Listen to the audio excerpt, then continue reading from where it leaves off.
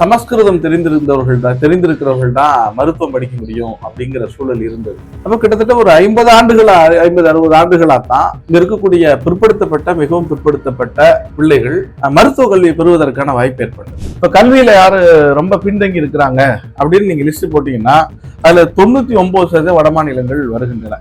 நீங்க என்ன செய்திருக்கணும்? முதல்ல அடிப்படை கல்வியை நீங்க வளர்த்தெடுத்திருக்கணும். அதற்கு பிறகு உயர்கல்வி வளர்த்தெடுத்திருக்கணும்.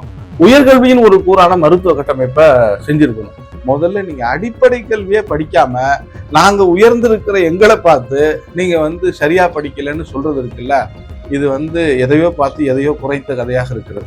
அப்ப முழுக்க சனாதன கோட்பாடுகளுக்குள், குறிப்பா பார்ப்பனிய சித்தாந்தங்களுக்குள் வீழ்த்தப்பட்டு கிடக்கிற சமூகத்துல அவன் பேர் நீட்டுன்னு கேட்கிற அளவுக்கு ஒரு தெளிவு இருக்குதுன்னு நம்ம சந்தோஷப்படுறோம்.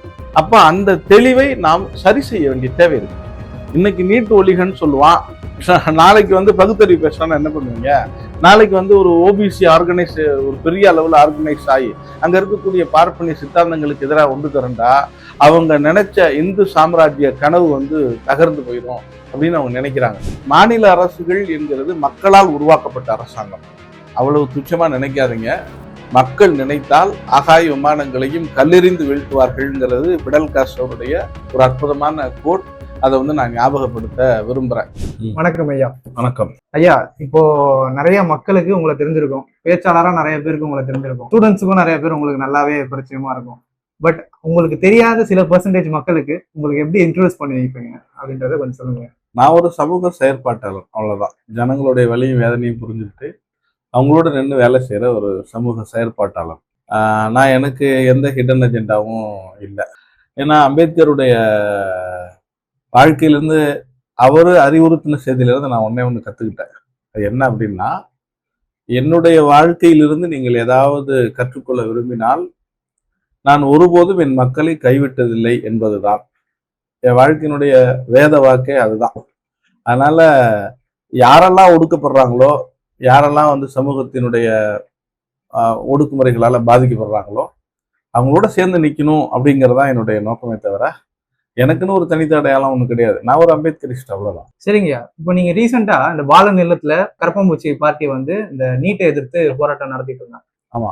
இப்போ அங்க நீங்க பேசின பேச்சு ரொம்ப வைரலா போயிட்டு இருந்தது. ஆனா நீங்க முன் வச்ச ஒரு விஷயம் என்னன்னா, பேன் நீட்டு தான் நமக்கு நிரந்தர தீர்வா இருக்கும் அப்படின்றத தாண்டி நிறைய விஷயங்கள் நீங்க முன் வச்சீங்க.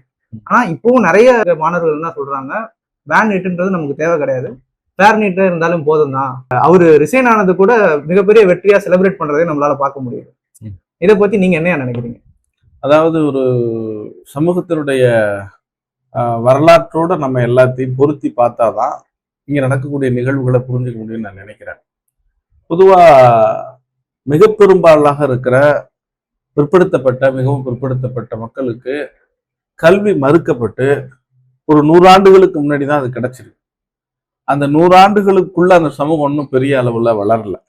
ஆனா கிடைச்ச வாய்ப்பை அவங்க சரியா பயன்படுத்தி இருக்கிறாங்கிறதுக்கு நம்ம கடந்த கால கல்வி சார்ந்த வரலாறுகள் எடுத்து பார்த்தீங்கன்னா தெரியும். அதுல மருத்துவ கல்விங்கிறது ரொம்ப ரொம்ப முக்கியமான ஒரு விஷயம். திரு ஓமாந்தூர் ராமசாமி அவர் முதலமைச்சரா இருக்கிற வரைக்கும் சமஸ்கிருதம் தெரிந்திருக்கிறவர்கள் தான் மருத்துவம் படிக்க முடியும் அப்படிங்கிற சூழல் இருந்தது. ஆனா சமஸ்கிருதத்துக்கும் மருத்துவ கல்விக்கும் எந்த சம்பந்தமும் இல்லை. இன்னைக்கு மருத்துவம் படிக்கணும்னா தகுதி வேணும், திறமை வேணும், திறமையான கல்வி அறிவு வேணும்னு சொல்றவங்க ஆனா சமஸ்கிருதம் இருந்தப்போ வாய் மூடிட்டு கம்முன்னு தானே இருந்தாங்க. அப்ப சமஸ்கிருதம் இருக்கிற போது வரைக்கும் நம்முடைய மக்கள் மருத்துவ கல்வியை பெற முடியல. அப்ப கிட்டத்தட்ட ஒரு 50-60 ஆண்டுகளா தான் இங்க இருக்கக்கூடிய மிகவும் பிற்படுத்தப்பட்ட பிள்ளைகள் மருத்துவ கல்வியை பெறுவதற்கான வாய்ப்பு ஏற்பட்டது. குறிப்பா பாத்தீங்கன்னா இந்த கொரோனா காலத்துல மற்ற மாநிலங்களை விட தமிழ்நாடு ஒரு எடுத்துக்காட்டான மாநிலமா இருந்ததுக்கு காரணம் ஏற்கனவே நம்ம உருவாக்கி வச்சிருந்த மருத்துவ கட்டமைப்பு. கிராமப்புறங்களா நகர நலவாழ்வு மையம், தாய்சேய் நல விடுதி, அது மாதிரி நிறைய கிராமப்புற மருத்துவ கட்டமைப்பு நம்மகிட்ட இருக்கு. அந்த கட்டமைப்பு இருக்கிறதுனால இங்க ஏற்கனவே நிறைய மருத்துவ பணியாளர்கள் நேரடியா மக்களோட இணைந்து ஒரு மிகப்பெரிய கண்ணுக்கு தெரியாத சேவையை செஞ்சுக்கிட்டு இருக்கிறாங்க. அப்போ இங்க மருத்துவ ரீதியாக நெருக்கடிகள் ஏதாவது ஏற்பட்டால் அதை எதிர்கொள்ளுகிற அளவிற்கு போதிய கட்டமைப்பு வசதி நம்மகிட்ட இருக்கு. அதற்கேற்ற மாதிரியான டாக்டர்ஸ் ப்ரொடியூஸ் பண்ணணும் அப்படிங்கிறதுக்காக கிட்டத்தட்ட ஒரு 40 மருத்துவ கல்லூரிகளை அரசு சார்பில் நம்ம உருவாக்கி இருக்கோம். சில தனியார் மருத்துவ பல்கலைக்கழகங்கள் இருக்கின்றன, மருத்துவ கல்லூரிகள் இருக்கின்றன. அவங்கள விடுங்க. ஆனா அரசு மருத்துவக் கல்லூரி அப்படி இருக்கு. அந்த அரசு மருத்துவக் கல்லூரிங்கிறது பொதுமக்களுடைய பணத்துல கட்டப்பட்ட கல்லூரி. குறிப்பா தமிழ்நாட்டு மக்களுடைய வரிப்பணத்துல கட்டப்பட்ட கல்லூரிகள். அங்க வந்து எந்த நுழைவுத் தேர்வும் இல்லாத காலத்துல நம்முடைய சிலபஸ்ல யார் அதிகமா படிச்சு மார்க் வாங்குறாங்களோ அவங்களுக்கு அந்த வாய்ப்பு கொடுத்தோம். மெரிட்டோரியஸை தான் கொடுத்தோம். சோசியல் மெரிட்டும் இருந்தது, அகடமிக் மெரிட்டும் இருந்தது. அப்ப அகடமிக் மெரிட்டுக்கு நம்ம வந்து ஒரு வெயிட்டேஜ் கொடுத்தான் இருக்கோம். அதுல படிச்சவங்க இன்னைக்கு கிராமப்புறங்கள்ல வேலை செய்யறாங்க. இன்னைக்கு சந்துக்கு சந்து மூளைக்கு மூளை நிறைய ஸ்பெஷலிஸ்ட் போர்டு பார்க்கலாம். Eye specialist, dental specialist. அவர் எங்க இருந்து வந்தார் அப்படின்னா, ஏற்கனவே கிராம மக்களுக்கு சேவை செய்ததற்காக அளிக்கப்பட்ட இடஒதுக்கீட்டின் அடிப்படையில் படித்துவிட்டு அவங்க பேபேக் சொசைட்டிங்கிற அடிப்படையில் இந்த மண்ணோடும் மக்களோடும் கலந்திருந்து அவங்க வேலை செய்யறாங்க. அப்போ தான் படித்த அறிவையும் உழைப்பையும் இந்த மக்களுக்கு பயன்படுத்துகிற ஒரு மிகப்பெரிய ஸ்ட்ரக்சர் இங்க இருந்தது. இந்த கட்டமைப்பு வடநாட்டுல இல்ல, இந்த கட்டமைப்பு பிற மாநிலங்கள்ல இல்ல. அப்போ ஒன்றிய அரசு என்ன நினைக்குது அப்படின்னா, இந்த நீட் தேர்வுங்கிற உலகமயமாக்கல் கொள்கையின் ஒரு விளைச்சலான நீட் தேர்வை நாடு முழுக்க நடைமுறைப்படுத்தி இந்த மருத்துவ கட்டமைப்பை கொள்ளையடிக்கணும்னு நினைக்குது.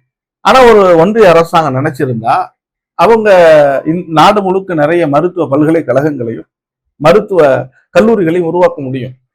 அதை நீங்க ஒவ்வொரு மாநிலத்துக்கும் போதிய நிதி கட்டமைப்பை தந்து அதை என்கரேஜ் பண்ணி அவங்களை டெவலப் பண்ணியிருக்க முடியும். ஆனா அடிப்படை கல்வியே இல்லாத ஒரு மாநிலத்துல மருத்துவ கல்வியை வளர்த்தெடுக்க முடியுமான்னா முடியாது. இப்ப கல்வியில யாரு ரொம்ப பின்தங்கி இருக்கிறாங்க அப்படின்னு நீங்க லிஸ்ட் போட்டீங்கன்னா அதுல 99% வட மாநிலங்கள் வருகின்றன. அப்ப அவ்வளவு பின்தங்கி இருக்கிற சமூகத்துல நீங்க என்ன செய்திருக்கணும்? முதல்ல அடிப்படை கல்வியை நீங்க வளர்த்தெடுத்திருக்கணும். அதற்கு பிறகு உயர்கல்வி வளர்த்தெடுத்திருக்கணும். உயர்கல்வியின் ஒரு கூறான மருத்துவ கட்டமைப்பை செஞ்சிருக்கணும். ஆக இந்த சுதந்திர இந்திய வரலாற்றுல இதை அவங்க செய்ய தவறிட்டாங்க. ஆனா நாம ஒரு தொலைநோக்கு பார்வையோட இதை செய்திருக்கோம். அப்போ இருக்கிறவங்கள்ட்ட இருந்து இல்லாதவங்க கொள்ளையடிப்பதற்கு தான் இந்த நீட் வாய்ப்பு அவங்களுக்கு வந்து ஒரு வாய்ப்பா பயன்பட்டு இருக்கு. இப்ப கூட தமிழ்நாட்டுல இருக்கக்கூடிய மருத்துவ இடங்களில 15% அகில இந்திய ஒதுக்கீட்டுக்கு தரணும் அப்படின்னு சொல்லி உச்சநீதிமன்ற தீர்ப்புக்கு பிறகு நம்ம கட்டமைப்புல நம்ம வரிப்பணத்துல உருவாக்கின இந்த மருத்துவ கட்டமைப்புல இன்னைக்கு வெளி மாநில பிள்ளைகள் படிச்சுட்டு போனாங்க. அதையும் தாண்டி நீங்க முழுசா கொள்ளையடிக்கணும். சர்வதேச சதி பிளஸ் வடநாட்டு சதி, இந்த ரெண்டும் சேர்ந்து நம்முடைய பிள்ளைகளை காவு வாங்குகிற அளவிற்கு நம்மள காலி பண்ணுது. அதுக்கு அவங்க சொன்ன காரணம் என்ன அப்படின்னா, தரமான மருத்துவ கல்வி தரப்போறோம் அப்படின்னு ஒரு போலியான, பொய்யான, ஏற்க முடியாத, அறிவியலுக்கு புறம்பான ஒரு வாதத்தை சொன்னாங்க. அப்ப தரம்ங்கிறதுக்கு நீங்க என்ன அளவுக்குள் வைக்கிறீங்க அதை முதல்ல சொல்லுங்க. வெறும் மனப்பாடம் பண்றதுதான் தரமா? ஏன்னா இங்க மருத்துவம்ங்கிறது தமிழருடைய வாழ்வியலோடு கலந்து. தமிழருடைய வாழ்வியல்ல என்ன அப்படின்னா, உணவே மருந்து, மருந்தே உணவு. அதான் எங்களுடைய கான்செப்ட். அப்ப நாங்கள் சாப்பிடுகிற எல்லாமும் மருந்தாக நினைத்து சாப்பிடுகிறோம். எங்கள் உணவு எல்லாமே மருந்தாகவே இருக்கிறது. அப்ப அடிப்படையில நம்ம வாழ்க்கையில எப்படி மருத்துவம் ஒன்னா கலந்துருக்கு அப்படிங்கிறதுக்கு ஒரு பழமொழி, மருத்துவ பழமொழிகள் நிறைய இருக்கு. அதுல ஒண்ணு 10 மிளகு இருந்தா பகைமை வீட்டிலேயே சாப்பிடலாம் அப்படின்னு ஒரு பழமொழி உண்டு. அப்போ அந்த அளவிற்கு மருத்துவத்தோடு ஒன்றிணைந்திருக்கிற ஒரு சமூகத்தை, சமூகத்தில் இருக்கிற மருத்துவம் சார்ந்த அறிவை நாங்க தரப்படுத்த போறோம்னு சொல்றது எப்படி இருக்குன்னா, 10 புள்ள பெத்தவளுக்கு ஒத்த புள்ள பெத்தவ வைத்தியம் பார்த்தாங்கிற கதையா வடநாட்டுக்காரங்க இந்த ஆர்குமெண்ட்டை வைக்கிறாங்க. ஆனா மருத்துவம் ஏற்கனவே இங்க தரமா இருந்ததுனாலதான் இங்க மருத்துவ கல்லூரிகள், மருத்துவ கட்டமைப்பு சிறப்பா செயல்படுது. அப்ப அவங்க சொல்ற வாதம் அடிப்படையிலே தவறானது, அன்சைன்டிபிக்கானதுங்கிறது உருவாயிடும். இங்க மக்களும் சரி, நிறைய மாணவர்களும் சரி, சோசியல் மீடியால சில விஷயங்கள் பாக்குறாங்க. அதாவது என்னன்னா, இப்போ நீட் ப்ரொடெஸ்ட் நடக்குது இல்ல, இந்த ப்ரொடெஸ்ட் வந்து நிறைய பொலிட்டீஷியன்ஸ்னாலையும் நிறைய அன்வான்டட் பீப்புள்னாலையும் இந்த மாணவர்களை திசை திருப்பி பேன் நீட்டு கொண்டு போறாங்க. அண்ட் இதனால ஒரு யூஸும் வரப்போறது இல்லைன்னு பேசிட்டு பெரும்பாலான இடங்கள்ல பேசுறத பார்க்க முடியும். இதை பத்தி நீங்க என்ன நினைக்கிறீங்க? அவங்களுக்கு எப்படி இதை புரியும்? இல்ல, இந்த காலத்து இளைஞர்களை யாரும் தவறா வழிநடத்த முடியாதுங்கிறது என்னுடைய கருத்து. ஏன்னா இன்னைக்கு எவ்வளவோ வந்து அறிவியல் சார்ந்த விழிப்புணர்வு ஏற்பட்டிருக்கு, ஊடகம் சார்ந்த விழிப்புணர்வு ஏற்பட்டிருக்கு. தமிழ்நாட்டை பொறுத்த அளவுல மிக நுணுக்கமா எதையும் ஆராய்ந்து தொலைநோக்கு பார்வையோடு பேசுவதுங்கிறது நம்முடைய மரபு. இந்தியை நீங்கள் படியுங்கன்னு சொன்னப்போ அது தொலைநோக்கு சிந்தனையோடு ஒரு சமூகத்தினுடைய இனத்தினுடைய பண்பாட்டை கலாச்சார கூறுகளை அழிச்சிரும், அந்த இனத்தை வந்து ஒரு அடிமையா மாத்திரும் அப்படின்னு 1930களிலேயே நம்ம வந்து பேசணும். அன்னைக்கு இதே மாதிரிதான் வாதத்தை வச்சாங்க. பிரிவினை பேசுறாங்க, இவங்க முற்போக்கா இல்ல, ரொம்ப பிற்போக்கா இருக்கிறாங்கன்னு சொன்னாங்க. ஆனா இன்னைக்கு என்ன நடந்திருக்கு? மேற்கு வங்காளம், மகாராஷ்டிரா, கர்நாடகா, ஈவன் கேரளாவில் கூட தமிழ்நாடு இந்திய எதிர்ப்பு போராட்டம் நடத்தின போது நாங்கள் உங்களை கேலி செய்தோம், ஆனா இந்தி படிச்சா நாங்க பெருசா வளர்ந்துடலாம்னு நினைச்சோம், ஆனா இன்னைக்கு எங்களுடைய தாய்மொழியை நாங்க இழக்கக்கூடிய சூழல் உருவாயிருக்கு, அதனால எங்களுக்கு வழிகாட்டுகிறது தமிழ்நாடு, இனி எங்கள் மாநிலத்தில் நாங்கள் எங்கள் மொழியைத்தான் நாங்க வந்து பிரதானப்படுத்த போறோம் அப்படின்னு கிட்டத்தட்ட ஒரு 70 ஆண்டுகளுக்கு பிறகு அவங்களுக்கு அந்த அறிவு கிடைச்சிருக்கு. ஆனா 70 ஆண்டுகளுக்கு முன்னாடியே தொலைநோக்கோடு சிந்தித்து ஒரு ஆதிக்க மொழியை நாம் ஏற்க மாட்டோம்னு நம்ம சொல்லிட்டோம். புரட்சியாளர் அம்பேத்கர் வந்து தன்னுடைய எழுத்துக்களில் ரொம்ப அழுத்தமா காத்திரமா குறிப்பிடுவார். வடக்கு பிற்போக்கானது, தெற்கு முற்போக்கானதுன்னு எழுதுவார். அவர் எதை மீன் பண்ணி எழுதுறார் அப்படின்னா, எதையும் ஒரு அறிவியல் கண்ணோட்டத்தோடு பார்க்கிற, பகுத்தறிவு கண்ணோட்டத்தோடு பார்க்கிற மனப்பான்மை தென்னாட்டுல குறிப்பா தமிழ்நாட்டுல இருக்குதுங்கிறது அம்பேத்கருடைய கருத்து. அப்போ ஒரு சமூக சிக்கலை புரிந்து கொள்வதில் இருக்கிற இடைவெளி இருக்குல்ல, அது வடநாட்டுக்காரங்களுக்கு ஒரு அளவு ஒரு மாதிரி இருக்கு, தமிழ்நாட்டுக்காரங்களுக்கு ஒரு மாதிரி இருக்கு. தமிழ்நாட்டுக்காரன் துல்லியமா புரிஞ்சுக்க முடியுது, வடநாட்டுக்காரங்களுக்கு முற்போக்குன்னா என்னன்னு இப்பதான் அவன் புரிஞ்சுக்கிறான். அப்ப முழுக்க முழுக்க சனாதன கோட்பாடுகளுக்குள், குறிப்பா பார்ப்பனிய சித்தாந்தங்களுக்குள் வீழ்த்தப்பட்டு கிடக்கிற சமூகத்துல அவன் வந்து ஃபேர் நீட்டுன்னு கேட்கிற அளவுக்கு ஒரு தெளிவு இருக்குதுன்னு நம்ம சந்தோஷப்படணும். அப்ப அந்த தெளிவை நாம் சரி செய்ய வேண்டிய தேவை இருக்கு. அதனால அவங்களை கொச்சைப்படுத்தவோ இழிவுபடுத்தவோ கூடாது, அவங்களை இன்னும் எஜுகேட் பண்ணணும்னு நினைக்கிறேன். இன்னைக்கு வந்து மதிப்புக்குரிய தர்மேந்திர பிரதான் ராஜினாமா பண்ணிட்டாரு, அதை கரப்பான் பூச்சி என்கிற ஒரு மிக பெரிய மக்கள் இளைஞர் மாணவர் திரள் வந்து அதை சாதிச்சுட்டாங்க அப்படின்னா உள்ளபடியே அது ஒரு மகத்தான வரலாறு பாராட்டணும். ரெண்டாவது, நீங்க அவங்களை இன்ஃபுளுயன்ஸ் பண்ணுங்கிற அவசியம் எல்லாம் இல்லை. அதை பகுத்தறிந்து பார்க்கிற விஷயங்களை இங்க இளைஞர்களுக்கு நீங்க சொல்லிட்டீங்கன்னாவே அவங்களால அதை புரிஞ்சுக்க முடியும்னு நான் நினைக்கிறேன். அதனால யாரும் ஏமாத்தலாம் முடியாது. மாணவர்கள் இளைஞர்கள் இந்தியா முழுக்க தெளிவா இருக்கிறாங்க. இன்னும் சொல்ல போனா அவங்க தெற்கு நோக்கி நகர்கிறார்கள், அதான் அவங்களுக்கு இருக்கிற பிரச்சனை. தெற்கு என்ன சொல்லுதோ அதை கேட்கிற மனநிலைக்கு வடநாட்டு இளைஞர்கள் வடநாட்டு மக்கள் தயாராயிட்டாங்க. தெற்கு என்பது எதை குறிக்கிறது என்றால் இங்க இருக்கிற சமூக நீதி கோட்பாட்டை குறிக்கிறது. இன்னைக்கு நீட்டு ஒழிகன்னு சொல்லுவான், நாளைக்கு வந்து பகுத்தறிவு பேசினா என்ன பண்ணுவீங்க? நாளைக்கு பார்ப்பனி சித்தாந்த ஒழிகன்னு சொன்னா என்ன பண்ணுவீங்க? நாளைக்கு வந்து ஒரு ஓபிசி ஆர்கனைஸ், ஒரு பெரிய அளவுல ஆர்கனைஸ் ஆகி அங்க இருக்கக்கூடிய பார்ப்பனி சித்தாந்தங்களுக்கு எதிராக ஒன்று திரண்டா அவங்க நினைச்ச இந்து சாம்ராஜ்ய கனவு வந்து தகர்ந்து போயிடும் அப்படின்னு அவங்க நினைக்கிறாங்க. பிரச்சனை வந்து ஒரு அமைச்சரை வந்து ராஜினாமா பண்ண வைக்கிறதுங்கிறது இல்ல, தெற்கின் சொல்லை வடக்கு கேட்கிறது அப்படிங்கிறது தான். ஐயா, நீங்க நிறைய பேர் நான் நீட்டை பத்தி பேசும்போது என் கமெண்ட்ல என்ன கேக்குறாங்கன்னா, ஏன் பேசாம சிபிஎஸ்இ சிலபஸையே தமிழ்நாடு மொத்தமும் ஆக்கிட்டீங்கன்னா தமிழ்நாடுல இருக்க எல்லா மாணவர்களுமே நல்ல முறையான கல்வி, தரமான கல்வி படிக்கலான்ற மாதிரி சொல்லி கமெண்ட் பண்றாங்க. அதுக்கப்புறமா நீங்க நீட்டை வந்து ப்ரமோட் பண்ணலாமே, நீங்க ஏன் நீட்டை டைரக்டா எதிர்க்கிறீங்க? இங்க கல்வி முறை வந்து சரியில்லை, இங்க சிபிஎஸ்இ கல்வி முறை கொண்டு வந்துடணும் இந்த தமிழ்நாடு ஃபுல்லான்னு சொல்லிட்டு நிறைய பேர் கமெண்ட் பண்றாங்க. அவங்களுக்கு உங்களுடைய பதில் என்னங்க? எப்பவுமே வந்து தாம்புள்ள வசதி அப்படிங்கிற மனநிலை எல்லாருக்குமே இருக்கும். பொதுவா வந்து இந்தியாங்கிறது ஒரு பன்மைத்துவமான நாடு, எல்லாருக்கும் தெரிஞ்சதுதான். ஒவ்வொரு பகுதி சார்ந்து, வட்டாரம் சார்ந்து மொழி, இனம், உணவு முறை, சடங்கு, வாழ்க்கை முறை, கடவுள், இது எல்லாமே மாறுபடுது. நீங்க வேறொரு நாட்டினுடைய கற்பனாவாதமான வடிவத்தை கொண்டு வந்து இந்தியாவில் பொருத்தவே முடியாது. ஏன்னா இந்தியா வந்து ஒரு பன்மைத்துவம் அப்படிங்கிறத ஒப்புக்கொள்ள மறுக்கிற ஒரு பாசிச மனநிலை உள்ளவங்க தான் இந்த கருத்தை வந்து முன்வைக்கிறாங்க. ஏன்னா நான் என்னுடைய மொழி சார்ந்து பண்பாடு சார்ந்து படிக்கிறத எப்படி நீ வந்து குறைச்சின்னு சொல்லலாம்? அது எப்படி வந்து கீழே இருக்குன்னு சொல்லலாம்? அது எப்படி ஸ்டாண்டர்ட் இல்லைன்னு நீங்க சொல்லலாம்? அப்படி கிடையாது. இப்ப நீங்க சிபிஎஸ்சின்னு வச்சிருக்கீங்கல்ல முறை, அதுதான் தவறானது. ஏன்னா இந்தியாவில் வர்ணாசிரம சிஸ்டம் இருக்கு. நீங்க வந்து 4 வர்ண சிஸ்டம்னு வச்சுக்கிட்டு கல்வி முறையிலையும் அதை வச்சுக்கலாம். ஒன்று உலகளாவிய ஐசிஎஸ்சி சிலபஸ் அந்த மாதிரி வைக்கிறாங்க, அப்புறம் வந்து சிபிஎஸ்சி வைக்கிறாங்க, அப்புறம் மெட்ரிக்னு இருக்கு, அப்புறம் வந்து நீங்க லோக்கல்ல இருக்கக்கூடிய ஸ்டேட் போர்டுன்னு வச்சிருக்கிறாங்க. இப்ப உங்களுக்கு பிரச்சனை கல்வியில் இருக்கிற வர்ணாசிரம முறையை ஒழிக்கணுமா இல்ல ஸ்டேட் போர்டை ஒழிக்கணுமா? அப்ப உங்களுக்கு மேல ஐசிஎஸ்ன்னு இருக்குல்ல, அதை விட நீங்க குறைச்சு தானே. அப்ப ஏன் நீங்க சிபிஎஸ்சி நடத்தணும்? சிபிஎஸ்சி வேணாம்னு சொல்லிடலாமே. ஐசிஎஸ்சி சிலபஸ்காரன்னு கேட்டா இன்டர்நேஷனல் லெவல்ல படிக்கிறாங்க, அந்த ஸ்டடிஸ் தனியா நிறைய இதெல்லாம் இருக்குல்ல.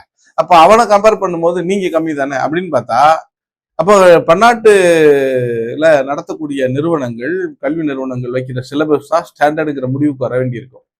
அப்ப இந்த ஹைராரிக்கை ஒழிக்கணும்னு நினைக்கிறதுக்கு பதிலா எனக்கு கீழே இருக்கிற ஒழிஞ்சு போகணும்னு நினைக்கிறது இருக்குல்ல, இது பெரிய அயோக்கியத்தனம். ஒண்ணு, இந்த வாதத்துல அடிப்படை தார்மீக தர்க்கம் இல்லை. ஒண்ணு. ரெண்டாவது, நாங்க தான் அப்படியே ஸ்டாண்டர்டா சொல்லி கொடுக்குறோம் அப்படின்னு சொன்னீங்கல்ல, நான் ஒரே ஒரு கேள்வி கேட்கிறேன். 1992 வருஷம் பாபர் மசூதி அடிக்கிறீங்க. அதை தொடர்ந்து பிஜேபி ஆட்சி இதெல்லாம் வருது. அந்த கட்டத்துல ஊபியில முதல்ல நீங்க ஆட்சிக்கு வந்த அப்போ என்ன பண்ணீங்க அப்படின்னா, ஊபியினுடைய சிலபஸ்ல ஒரு கணக்கு வைக்கிறாங்க, நேர்மாறல் எதிர்மாறல் கணக்கு. நீங்க பழைய வரலாறு எடுத்து படிச்சு பார்த்தீங்கன்னா தெரியும். என்ன தெரியுமா வைக்கிறாங்க? 3000 சதுர அடி கொண்ட மசூதியை இவ்வளவு பேர் சேர்ந்து இத்தனை நாள் இடித்தால், 6000 சதுர அடி கொண்ட மசூதியை எத்தனை பேர் எத்தனை நாள் இடிக்க முடியும்னு ஒரு கணக்கு வச்சான். சிபிஎஸ்சின் கணக்கு படம் இது. சிபிஎஸ்சின் அறிவியல் பாடம் எப்படி தெரியுமா இருக்கும்? இந்த பிள்ளையார்னு ஒரு கடவுள் இருக்கிறார். அப்பவே நாங்கெல்லாம் பிள்ளையாருக்கு பிளாஸ்டிக் சர்ஜரி பண்ணோம். இது அவங்க சயின்ஸ் சிலபஸ். இன்னொன்னு என்னன்னா, நாங்க அப்பவே புஷ்பக விமானம் வச்சிருந்தோம் அப்படின்னு சொல்றது இவங்க வானியல் சார்ந்த அல்லது அறிவியல் சார்ந்த ஒரு விஷயம். சரஸ்வதினு ஒரு நதியே கிடையாது. ஆனா இவனுங்களா குறுக்க வரைபடத்துல ஒரு பென்சில ஒரு கோட்டை போட்டு விட்டு இதுதான் சரஸ்வதி நதின்னு சொல்றான். எவ்வளவு ஃப்ராடு பண்ண முடியுமோ, எவ்வளவு அயோக்கியத்தனமான கருத்துக்களை, எவ்வளவு இந்துத்துவ சிந்தனைகளை விதைக்க முடியுமோ, அதனுடைய ஒரு பெட்டகம் தான் சிபிஎஸ்சிங்கிறது என்னுடைய குற்றச்சாட்டு. எவ்வளவு தப்பான அன்சைன்டிபிக்கான விஷயங்களை நீங்க சொல்லி கொடுத்துட்டு, இன்னும் சொல்ல போனா வேதிக் கல்ச்சருங்கிறான். வேத காலத்துல முதல்ல எங்கடா கல்ச்சர் இருந்தது? நான் கேட்கிற கேள்வி அதான். எங்க கல்ச்சர் இருந்தது? நீ வேத காலத்தில் எழுதின புராணங்களையும் இதிகாசங்களையும் எடுத்துட்டு வா. அது எவ்வளவு அயோக்கியத்தனமா ஆபாசமா இருக்குங்கிறத நம்ம நம்மளால நிரூபிக்க முடியும். அப்போ நீ வேதிக் கல்ச்சர்னு ஒண்ணு சொல்ற, வேதிக் கல்ச்சர் அடிப்படையில தான் நம்முடைய கல்வி இருக்கணும்னு சொல்ற, அதுதான் நம்முடைய நாலேஜ்னு சொல்ற. உழைக்க வந்த உனக்கு ஒரு கல்ச்சர் இருக்கும்னா, இந்த மண்ணோடு வாழ்ந்த டிராவிடியன் கல்ச்சர்னு ஒண்ணு இருக்குல்ல, எங்களோட எஜுகேஷன் ஒண்ணு இருக்குல்ல, அப்ப அதுதான் சிறந்ததுங்கிறதுல என்ன உனக்கு நாங்க என்ன உனக்கு பிரச்சனை? நீ போல ஆடு மாடு மேய்ச்ச காலத்துல நாங்க கட்டடம் கட்டியிருக்கோம். நீ நாடு விட்டு நாடோடி கும்பலா தெரிஞ்ச காலத்துல நாங்க ஒரே இடத்திலே தங்கி ஒரு செம்மாந்த செல்வாக்கோடு ஒரு பண்பாட்டோடு வாழ்ந்திருக்கோம். உனக்கு விவசாயம்னா என்னன்னு தெரியாம ஆட்டுப்பால் குடிச்சிருந்த காலத்துல நாங்க வேளாண்மை செய்து உற்பத்தியை பெருக்கி இருக்கிறோம்.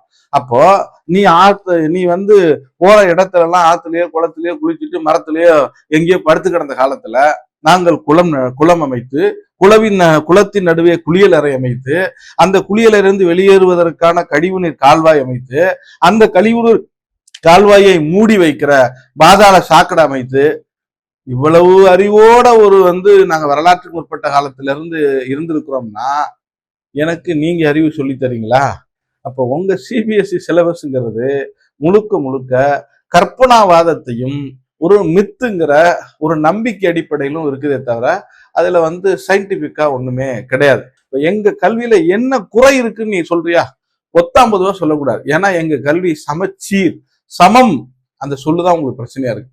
இருக்கிற வர்ணாசிரமத்தை, கல்வி முறையில் இருக்கிற வர்ணாசிரமத்தை ஒழிச்சிட்டு எல்லாருக்கும் பாடம் ஒண்ணு அப்படின்னு ஒரு இலக்கை அடைஞ்சிருக்கோம். அடுத்த கட்டம் நாங்க எல்லாருக்கும் பள்ளி ஒண்ணுங்கிற இலக்கை நோக்கி நடக்க போறோம். இப்போ உங்களுக்கு என்ன பிரச்சனைன்னா, சமத்துவத்தை எந்த வடிவத்திலும் நம்ம உருவாக்கிடக்கூடாதுங்கிறது தான் இந்த சனாதனவாதிகளுடைய சிந்தனை. அவர்களின் ஒரு குருட்டு மூலையில் உதிக்கிற சிந்தனை தான் இந்த சிபிஎஸ்சி சிலபஸ் தரமானதுங்கிறதும் மற்ற சிலபஸ் மோசமானது அப்படிங்கிறதும். எங்க சிலபஸ்ல படிச்ச எங்க மக்கள் இஸ்ரோவுடைய தலைவராக இருந்திருக்காங்களே, நீங்க யோசிச்சு பாருங்க. இன்ஃபோசிஸ்ங்கிற நிறுவனம், இது ஒரு 10 ஆண்டுகளுக்கு முன்னாடி எடுத்த டேட்டா தான், கொஞ்சம் முன்ன பின்ன மாறுபடும், பெருசா மாறுபடுறதுக்கு இல்லை. அந்த இன்ஃபோசிஸ்ங்கிற நிறுவனத்துல 33% இந்தியர்கள் வேலை செய்யலாம். அந்த 33%, 80% தென்னாட்டுல இருந்து, குறிப்பா தமிழ்நாட்டுல இருந்து போன மென்பொருள் அறிஞர்கள் அவங்க எல்லாம் இந்த ஸ்டேட் போர்ட் சிலபஸ் படிச்சவங்க தான். நீங்க தான் அவ்வளவு அறிவுஜீவியா படிச்சீங்களே, ஏன் நீங்கெல்லாம் சாப்ட்வேர் இன்ஜினியரா மாறல? ஏன் உங்க ஊர்ல வந்து என்ஜினியரிங் காலேஜ் வரல? ஏன் உங்க ஊர்ல வந்து நீங்க வந்து மருத்துவக் கல்லூரி ஏன் கட்டல? அதுக்கு விளக்கம் சொல்லுங்களேன். நீங்க எல்லாம் தரமான கல்வி சொல்லி கொடுத்துருக்கீங்கல்ல, ஏன் மருத்துவக் கல்லூரி கட்டல? கட்டினா படிக்கிறதுக்கு ஆள் இல்ல. முதல்ல நீங்க அடிப்படை கல்வியே படிக்காம நாங்க உயர்ந்திருக்கிற எங்களை பார்த்து நீங்க வந்து சரியா படிக்கலன்னு சொல்றது இருக்குல்ல, இது வந்து எதையோ பார்த்து எதையோ குறைத்த கதையாக இருக்கிறது. ஆனா நீட்டை பத்தி இன்னும் சில பேர் என்ன கேக்குறாங்கன்னா, அதுல இருக்க 7.5 ரிசர்வேஷன்ற விஷயத்தினால இங்க இருக்கிற நிறைய ஸ்டூடெண்ட்ஸ் வந்து பலனடைறாங்க அப்படின்னு சொல்லிட்டு நிறைய பேர் கமெண்ட்ல கேக்குறாங்க. விபத்து காப்பீடுன்னு உங்களுக்கு தெரியாது இல்ல? ஒரு விபத்து தற்செயலா நடந்து போய் அதுல பாதிக்கப்பட்டவங்களுக்கு காம்பன்சேஷன் கொடுக்கலாம். இன்சூரன்ஸ் இருக்குங்கிறதுக்காக ரோட்ல வரவங்களெல்லாம் நீங்க கொண்டு போய் வண்டியை போய் மோதினீங்கன்னா என்ன ஆகும்? அப்ப நீங்க 7.5% ஒரு விபத்து காப்பீட்டு திட்டம் மாதிரி. அதனால நீங்க வந்து எல்லாரும் நீங்க அதை பத்தி பேசுங்கிறது இருக்குல்ல, அது பெரிய அயோக்கியத்தனமான வாதம். 100% எனக்கு இருந்ததுல வெறும் 7.5% தான் கிடைக்குதுங்கிறது எவ்வளவு பெரிய அயோக்கியத்தனம். நாங்க 100% எங்கள்கிட்ட இருந்து பறிக்கப்பட்டு விட்டது நாங்க பேசுறோம். ஆனா நீங்க என்ன பதில் சொல்றீங்க? உங்களுக்கு தான் 7.5% கொடுத்துட்டோமேன்னு சொல்றீங்க. இது உங்களுக்கே தெரியல அயோக்கியத்தனமான வாதம்னு. இப்ப மத்திய அரசாங்கம் பொருளாதாரத்தில் பின்தங்கிய முற்போக்கு வகுப்பினருக்கான இடஒதுக்கீடுன்னு கொண்டு வந்திருக்கு. அதுல அவங்க உச்ச வரம்ப எவ்வளவு நிர்ணயிக்கிறாங்க? 8 லட்சம் ரூபாய் வருமான வரம்ப உச்ச வரம்பா நிர்ணயிக்கிறாங்க. ஆனா சமூக நீதிங்கிறது என்னன்னா, பாதிக்கப்பட்டவனுக்கு வழங்குவதுதான் சமூக நீதி. ஆனால் ஆளும் வர்க்கமாக இருக்கிற பார்ப்பன வர்க்கம் அரசாங்கம் தங்க கையில இருக்குதுங்கிறதுக்காக அரசியலமைப்பின் அடிப்படை சட்ட அமைப்புகளையே மீறி இந்த முற்படுத்தப்பட்ட சாதியினருக்கான பொருளாதாரத்தில் பின்தங்கியவர்களுக்கான இடஒதுக்கீடுன்னு கொண்டு வந்திருக்கிறாங்க. எக்கனாமிக்கலி வீக்கர் செக்ஷன் இடபிள்யூஎஸ் கொண்டு வந்திருக்காங்க 10%. அது ஒரு மோசடி. அது எவ்வளவு மோசடியானதோ அதே மாதிரி 7.5% மோசடி.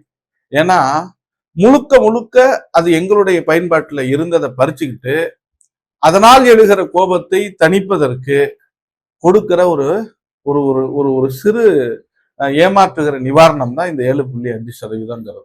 அதனால பறிக்கப்பட்ட 100%ம் எங்களுக்கு வேண்டும் என்பதுதான் எங்களுடைய நிலைப்பாடு. எங்களுக்கு 7.5ங்கிறது அது ஒரு ஏமாற்றுத்தனமான மோசடித்தனமான, இன்னும் சொல்ல போனா மடைமாற்றுகிற முயற்சி, கொதித்தெழுகிற எரிமலையின் மீது தண்ணீரை தெளிப்பதற்கு சமமானது. சில பேர் என்ன கேக்குறாங்கன்னா, நம்ம எல்லாம் இப்படி போராடுறனாலயோ இந்த மாதிரி போய் ரோட்ல நிக்கிறனாலயோ இங்க நீட்டுன்றது ஒரு விஷயத்த ஒழிச்சிட முடியாது. அதுக்கு வந்து நமக்கு அந்த அளவுக்கு பவர் இல்ல தமிழ்நாடுக்கு அப்படின்ற மாதிரி சொல்றாங்க. அதை பத்தி என்ன? அதாவது ஒரு மாநில அரசுகிட்ட என்ன இருக்கு, அவங்களால என்ன பண்ணிட முடியும் அப்படின்னு சொல்ற வாதமே மாநில அரசுகளை கொச்சைப்படுத்துற மாதிரி, மாநில மக்களை கொச்சைப்படுத்துற மாதிரி இருக்கு. இன்னும் சொல்ல போனா மாநிலம்ங்கிறது என்னன்னா, நேரடியாக மக்களை ஆளுகிற அரசாங்கம் மாநில அரசாங்கம். ஒரு ஒன்றிய அரசின் கையில எல்லா அதிகாரமும் இருக்குன்னு சொல்றதே பெரிய அயோக்கியத்தனமானது. அப்படியெல்லாம் இல்லை. ஏன்னா இந்திய அரசியலமைப்பு சட்டம் தெளிவா வரையறுத்து கொடுத்துருக்கு யாருக்கு என்ன அதிகாரம். மாநில அரசுகளுடைய ஒப்புதல் இல்லாமல் இதை வந்து கல்வியை பொதுப்பட்டியலுக்கு மாத்திட்டாங்க. அது இந்திரா காந்தி காலத்துல அவங்க செஞ்சது ஒரு மிகப்பெரிய தப்பு தான். யார் செய்தாலும் தப்பு தான். காங்கிரஸ் செஞ்சது எல்லாம் தப்பு, நாங்க தான் இந்த நாட்டுக்கு நல்லது செய்ய போறோம்னு சொல்ற நீங்க காங்கிரஸ் செய்த தவறை ஏன் சரி செய்யக்கூடாது? அவங்க தானே மாநில பட்டியலுக்கு கொண்டு போனாங்க, அது தவறு தானே. அப்ப ஏன் நீங்க வந்து அதை ரிவர்ஸ் பண்ணி அது காங்கிரஸ் செஞ்ச தப்பு, அது இந்திய இறையாண்மைக்கும் கூட்டாட்சி தத்துவத்திற்கும் எதிரானது, எனவே நாங்கள் வந்து மறுபடியும் கல்வியை மாநில பட்டியலுக்கு கொண்டு போறோம்னு ஏன் சொல்லல?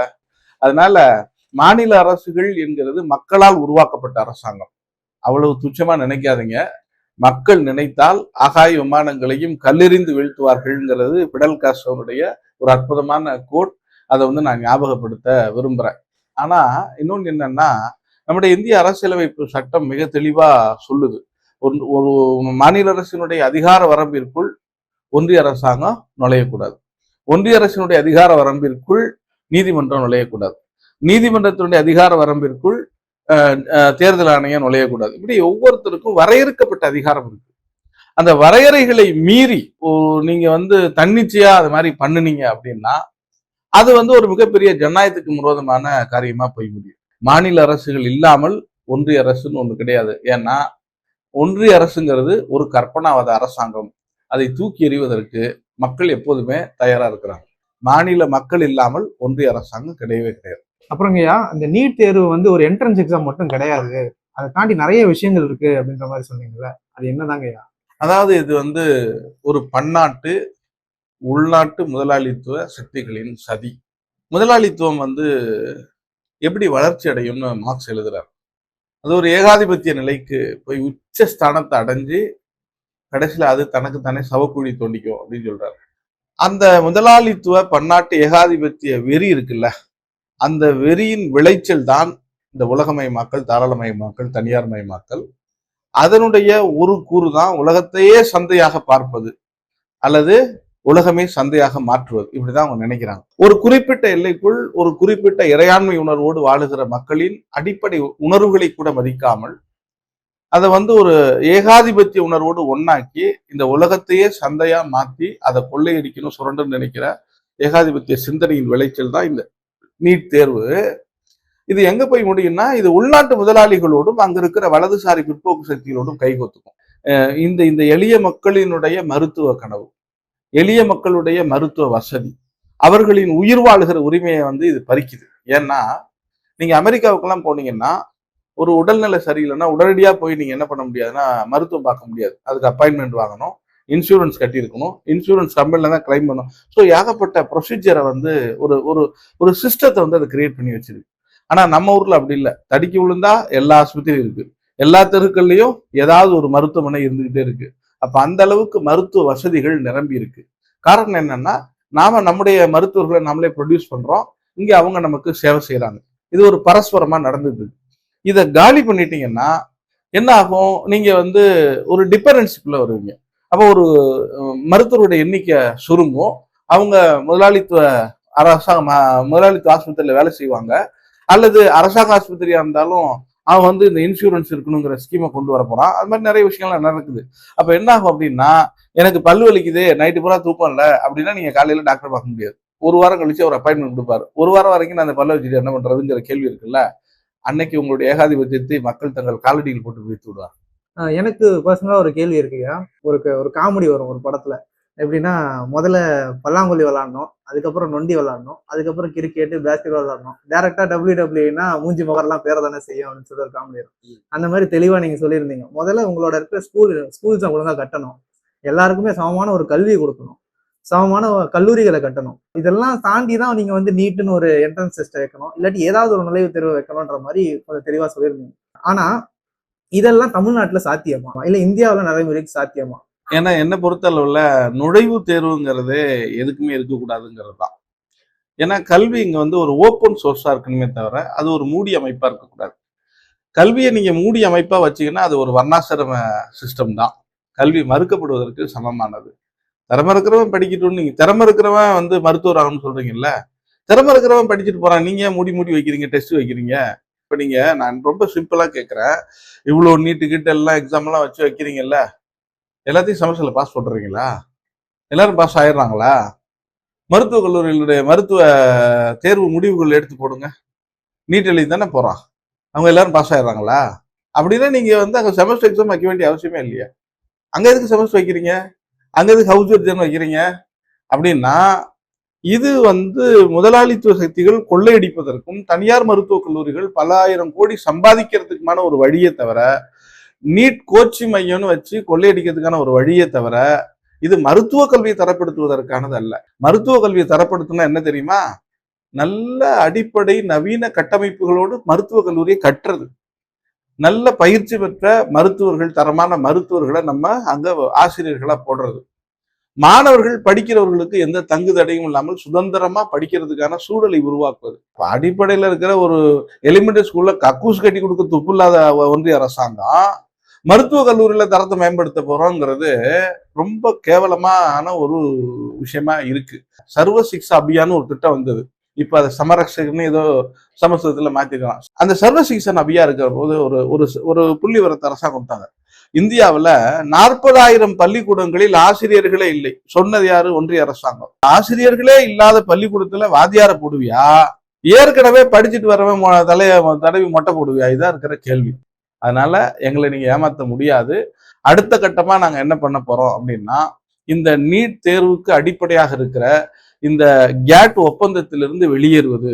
நீங்க சமீபத்துல படிச்சிருக்கலாம், ஆப்பிரிக்காவில் ஒரு 2 நாடுகளில் ஒரு ஒரு குட்டி நாடு தான், அந்த நாட்டுல அந்த அதிபர் உலக வங்கியின் மொத்த கடனையும் அடைச்சிட்டார்.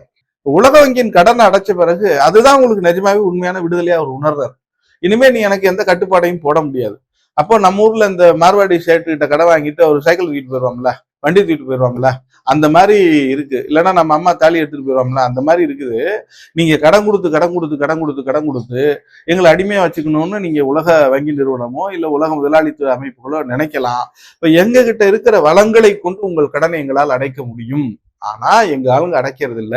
ஏன் அடைக்கிறது இல்லைன்னா, இந்த மொத்த அதிகார வர்க்கமே பார்ப்பனிய மயமாகி கிடக்கிறது, பார்ப்பனர்களின் கட்டுப்பாட்டில் இருக்கிறது. குறிப்பா இந்த பார்ப்பனிய ஆட்களை நீங்க வந்து கவர்மெண்ட்ல இருந்து எடுத்துட்டீங்கன்னா இந்த நாடு உருப்பிடுங்க. ஏன்னா அவங்களால தான் இந்த நாடு மோசமா போச்சு. ஏன்னா எங்களுக்கு தகுதி திறமை இருக்குன்னு இவ்வளவு காலமா அதிகார வர்க்கமாக இருந்தவர்கள் யார்? பார்ப்பனர்கள். கிட்டத்தட்ட இந்த இந்த இந்த அதிகாரத்தை மையத்தை 90% கையில வச்சிருக்கிறவங்க பார்ப்பனர்கள். அப்படின்னா இந்த நாடு ஃபெயிலியரான ஒரு அட்மினிஸ்ட்ரேஷன்ல இருந்ததுங்கிறதான உண்மை. ஃபெயிலியரான அட்மினிஸ்ட்ரேஷன்ல தானே நீங்க இத்தனை லட்சம் கோடி ரூபாய் கடன் வாங்கி இருக்கிறீங்க. அப்போ திறமை இல்லாத பார்ப்பனர்களை அரசாங்கத்தை விட்டு வெளியேறுங்கன்னு சொல்றதுக்கு எங்களுக்கு எவ்வளவு நேரம் ஆகும்? எங்க மண், எங்க அரசாங்கம், எங்க நாடு, நீ பிழைக்க வந்தவன் தானே, உனக்கு எதுக்கு வந்து நான் வந்து அரசு பதவியில் இடம் கொடுக்கணும்னு நான் கேட்டா நீ என்ன பண்ணுவ? அப்போ எங்களை பிரிவினைவாதிம்பியா, எங்களை தேச துரோகிம்பியா? அதாவது கார்பரேஷன் பள்ளிக்கூடத்துல கக்கூஸ் கொடுக்க துப்பு இல்லாத ஒன்றிய அரசாங்கம், அதுக்கு நிதி கேட்டா தரமாட்டேன்னு சொல்ற ஒன்றிய அரசாங்கம் எங்க பிள்ளைகளை தரமான மருத்துவர்களா உருவாக்குறாங்களாம். இது எவ்வளவு பெரிய மோசடியான வாதம் பாருங்க. அப்படியெல்லாம் ஒன்றும் இல்லை. அதாவது நீங்க வந்து இலவசமா எல்லாத்தையும் கொடுத்துடணும் அப்படிங்கல எனக்கு மாற்று கருத்தெல்லாம் இல்லை. ஆனா பிரச்சனை என்னன்னா, எல்லாமே இந்த நாடே அடமான வைக்கப்பட்டிருக்கிறது. முதல்ல இந்த நாட்டை பார்ப்பன சமூகத்திடமிருந்து மீட்க வேண்டிய தேவை இருக்கிறது. ஏன் நீட் தேர்வை பேசும்போது நம்ம பார்ப்பனிய எதிர்ப்பை பேசுறோம் அப்படின்னா, இதற்கு உள்ளே மறைந்திருப்பது பார்ப்பனியம். ஏன்னா எல்லா உயர்கல்விக்கும் நீங்க வந்து நுழைவு தேர்வுங்கிறத கொண்டு வந்து வடிகற்ற முறையை வந்து செய்யறான். அப்போ வடிகற்ற முறையை கொண்டு வர்றதன் மூலமாக யார் அவங்க வளர்த்தெடுக்க விரும்புறாங்க அப்படின்னா, தங்களுடைய வர்க்க நலனுக்கான ஒரு முயற்சியா முன்னெடுக்க விரும்புறாங்க. அப்போ பார்ப்பனர்கள் மட்டும்தான் படிக்கணும்னு எனக்கு வெளிப்படையா சொல்ல முடியாது. ஏன்னா அன்னைக்கு வந்து அதை கேள்வி கேட்கிற தலைமுறை உருவாயிருக்கு. நேரடியா சொல்ல முடியாததை மறைமுகமா செய்யணும்னு நினைக்கிறாங்க. நீ நேரடியா செஞ்சாலும் மறைமுகமா செஞ்சாலும் புரிஞ்சுக்கிற பகுத்தறிவு சிந்தனைய நாங்க திருவள்ளுவர் காலத்துல இருந்து வச்சிருக்கோம். நீங்க வந்து அடிப்படை கல்வியவே தராம, உயர்கல்வி கட்டமைப்பையே வலிமைப்படுத்தாம, இங்க எல்லாருக்கும் எல்லாம் கிடைக்கிற ஒரு சூழலை உருவாக்காம, கான்ஸ்டிடியூஷன்ல 14 வயசு வரைக்கும் இருக்கிற குழந்தைங்களை கட்டாயம் படிக்க வைக்கணும்னு சொல்லியிருக்குல்ல, அதை நிறைவேற்றி இருக்கிறீங்களா? அல்லது படிக்க போற எத்தனையோ இருளர் குழந்தைகளுக்கு இன்னைக்கு சாதி சான்றிதழ் மறுக்கப்படுது, அந்த பிரச்சனையை அரசாங்கம் தீர்த்து இருக்குதா?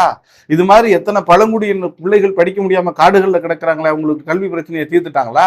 இன்னைக்கு வடகிழக்கு மாநிலங்கள்ல போய் பாருங்க, இன்னைக்கு உயர்கல்வி நிறுவனங்கள் இல்ல, படிக்கிறதுக்குன்னு ஆசைப்படுறாங்க, ஆனா வாய்ப்பு வசதி இல்லை. அவங்க எங்க வர்றாங்க? தமிழ்நாட்டுக்கு தான் அதிகமா வர்றாங்க. ஏன்னா தமிழ்நாட்டுல எல்லா துறை சார்ந்த கல்விக்கான ஒரு ஓப்பன் ஸ்பேஸ் வந்து நம்ம வச்சிருக்கோம். அதுக்கான இன்ஃப்ராஸ்ட்ரக்சர் இருக்கு.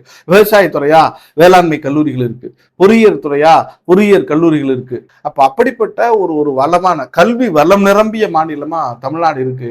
தமிழ்நாட்டின் கவலை இந்த வளம் எல்லா மாநிலங்களிலும் உருவாக்கணுங்கிறது தான். எப்படி இந்திய எதிர்ப்பு போராட்டத்தில் போராடும் போது இந்தி பேசாத மாநிலங்கள் விரும்பாத வரை இந்தியை நாங்கள் திணிக்க மாட்டோம்னு ஒரு ப்ராமிஸை வந்து அன்னைக்கு இருந்த பிரைம் மினிஸ்டர் நேருகிட்ட வாங்கி, இந்தியாவில் இருக்கிற இந்தி பேசாத மாநிலங்களின் வாழ்வியல் பண்பாட்டு உரிமையை தமிழர்கள் காப்பாத்தினாங்கல்ல, அது மாதிரி இந்த தேசத்துல இருக்கிற எல்லாருக்காகவும் சேர்த்து தமிழ்நாடு குரல் கொடுக்குது. அதனாலதான் அவங்க தமிழ்நாட்டு பிள்ளைகள் படிப்பதற்கு நிதி தரம் இருக்கிறார். அப்ப தொடர்ந்து வடநாட்டு மக்களை தற்குறிகளாகவும் அடிமைகளாகவும் சிந்திக்க தெரியாத பகுத்தறிவற்ற மத மூட நம்பிக்கையில் மூழ்கி கிடக்கிறவர்களாகவும் வச்சிருக்கணும்னு நினைக்கிறதுடைய உள்நோக்கம் என்ன? நீங்க அதிகாரத்துல இருக்குன்னா அவன் முட்டாளா இருக்கணும், இவ்வளவுதானே விஷயம். அப்ப நான் அதிகாரத்துக்கு வந்து உங்க கூட சமமா உட்காந்து பங்கு கேட்கறேங்கிறதுனால தானே என்ன வரக்கூடாதுன்னு தடுக்கிறதுக்கு வேலைகள் பண்றீங்க. ஆஃப்டர் மண்டல் கமிஷனுக்கு அப்புறம் இன்னைக்கு அதிகார அமைப்புகள்ல ஓபிசி கம்யூனிட்டி வளர்ந்து வந்திருக்காங்களே, அதுக்கு முன்னாடி யார் இருந்தா? அப்ப உன் கூட பக்கத்துல வந்து சேர் போட்டு இன்னைக்கு உனக்கு ஈக்குவலான ரேங்க்ல எங்க வீட்டு பிள்ளை வந்து உட்காந்துருச்சுங்கிற வைத்தறிச்சல தானே இதெல்லாம் பண்றீங்க. அப்ப மருத்துவத்துறைய ஒரு பன்னாட்டு முதலாளிகள் கொள்ளையடிப்பதற்கு நீங்க இந்த மருத்துவ சந்தையை திறந்து விடுறீங்க. அந்த மருத்துவ சந்தையை அவங்கள்ட்ட கொண்டு போய் கொடுக்கணும் அப்படின்னா இங்க எங்களை காலி பண்ணணும், எங்களை காம்படிட்டரா இல்லாம பண்ணணும். அப்போ படிச்சு பாஸ் பண்ணிடுங்கிற பயத்தினால தானே எங்களுக்கு எடுக்கிறீங்க. அதனால இந்த நீட் எக்ஸாம்ங்கிறது ஒரு மனிதனின் உயிர் வாழுகிற உரிமைக்கு எதிராக இருக்கக்கூடிய மிக மோசடி. ஸோ சூப்பராக சொன்னீங்கய்யா. நிறைய பேர் கேட்ட கேள்விகளுக்கு கரெக்டான ஒரு பதில் சொன்னீங்க. இந்த தமிழ்நாடு வந்து இது வரைக்கும் இப்போ வரைக்குமே நம்ம ஃபவுண்டேஷன் ஸ்டேஜில் தான் இருக்கோம்னு சொல்லிட்டு நம்ம பேசிகிட்டு இருக்கோம். ஆனால் ஃபவுண்டேஷன் ஸ்டேஜ்னா என்னன்னே தெரியாமல் டைரெக்டாக நீட் எக்ஸாம், என்ட்ரன்ஸ் எக்ஸாம்னு சொல்லிட்டு ஒரு ஸ்கூல் கூட சரியாக கட்டாமல், ஒரு கல்லூரிகள் கூட சரியாக அமைக்காமல், அங்கே இருக்கிற ஏழை மாணவர்கள் ஒழுங்காக அவங்களுக்கு படிப்பு இல்லாமல் ஒரு இன்ஃப்ராஸ்ட்ரக்சரை டெவலப் பண்ணிட்டு டைரெக்டாக என்ட்ரன்ஸ் டெஸ்ட் வைக்கிறவங்க வந்து தமிழ்நாடு கேள்வி கேட்கக்கூடாது அப்படின்ற மாதிரி அழகாக நீங்கள் டிஃபைன் பண்ணியிருந்தீங்க. ஸோ நிறைய பேருக்கு அவங்களோட கமெண்ட்ஸுக்கான பதில் கிடைச்சிருக்கும்னு நினைக்கிறேன். ஸோ இந்த வீடியோவும் பார்த்துட்டு கமெண்ட் பண்ணாமல் இருந்துடாதீங்க, நிறைய கமெண்ட் பண்ணுங்க, உங்களுக்கான பதில்கள் வந்துக்கிட்டே இருக்கும். தேங்க்யூ. நன்றிங்க.